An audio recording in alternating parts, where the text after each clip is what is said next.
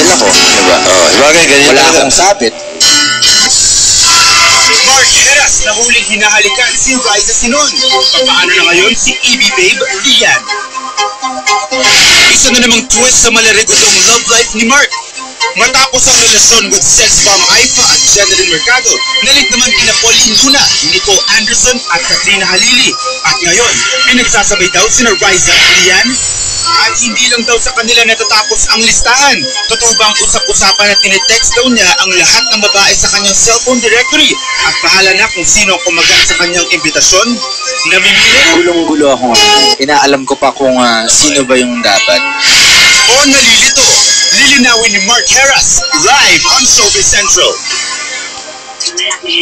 Ang nag-iisang bad boy ng dance floor, Mark Heras live here on Showbiz Central. Mark, Magandang hapon, Mon. diretsuhan na dito sa Showbiz Central. Sino ba talaga? Lian o Raisa? Actually, sabi ko nga kahapon, dito ako sa point game na gulong-gulo ako. Pero hindi sa magulo na ayoko magkaroon ng relationship. Kasi single ako, matagal na akong walang relationship. Pero this time, with Raisa and Lian, kinikilala ko muna silang dalawa. Pero may lumabas kasi before na mag-MU na raw kayo ni Lian. What does that mean?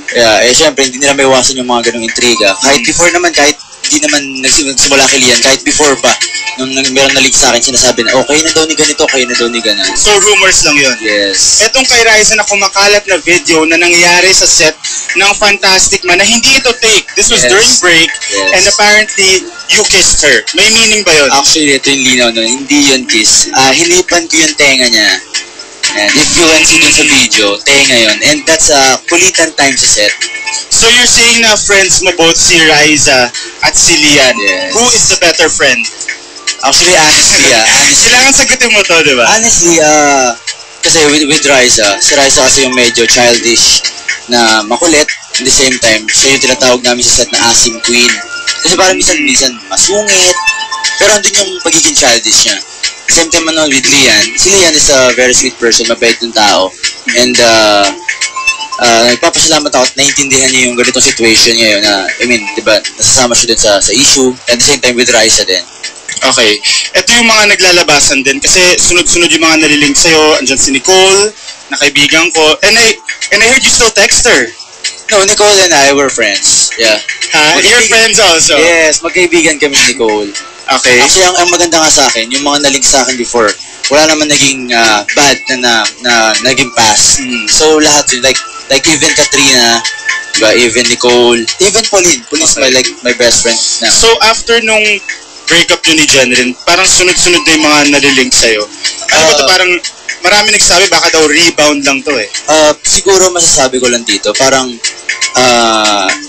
inaalam ko lang talaga or inuusisa ko na mabuti kung anong relationship yung papasukin ko if ever. Para syempre, ayoko naman na parang, di ba, I broke up with Jen, matagal akong nawala ng girlfriend, then magkakaroon ako tapos malalaman ng tao, hiwalay agad. Di ba? I wanted, parang gusto ko ito yung, hindi man yung, sabi, hindi ko masasabi na ito yung last. Pero gusto ko lang, na parang, Sure ka pag yes. pumasok ka sa isang relationship. Yes. Pero Mark, Nalaro-laro. ito, may gustong mabigay ng message sa'yo, ang iyong nanay sa showbiz. Nailo. Let's watch this. Meron yun naman mga chismis kanya tungkol kay Lian, kay Lian, kay Raisa. Palagi ko, is enjoying his time now. Ang ano ko na lang, makakita din si Mark. Pero maganda yung gano'n, nag-enjoy niya muna yung film. Huwag sa muna magkaroon ng isang definite na nobya. Kailangan, piliin niya muna mabuti. Basta ko sino gusto ni Mark, gusto ko na rin para sa kanya. Okay! Ayan, ano masasabi mo kay Nay Lolit? Actually, alam mo, payo nga ni Nanay yun, na parang, yung age ko ngayon, i-enjoy ko muna yung pagiging, like, 20 pa lang ako ngayon, enjoy ko lang muna yung edad ko ngayon. And, thank you, Nanay, na kung sino man yung if ever na maging relationship ko or maging girlfriend ko, boto ka. Eto, Mark, you said you're enjoying being single right now. What would make you fall in love again? Ako, mababaw lang ako eh. Kasi weakness ko yung sobrang sweet na.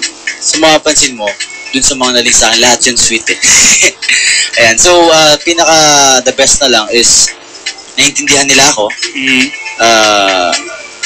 Naiintindihan nila yung situation ko sa showbiz. And, malaki yung trust namin sa bawat isa. Yun yung the best way. Okay, there you go. Being sweet. Yun ang number one na gusto ni Mark. Thank you, Mark, and congratulations sa Fantastic Man. I know it's doing very well in the ratings. Thank you po. It's every Saturday. Okay, thank you, Mark. Ito po ang dapat nyong abangan dahil taga Showbiz Central ka.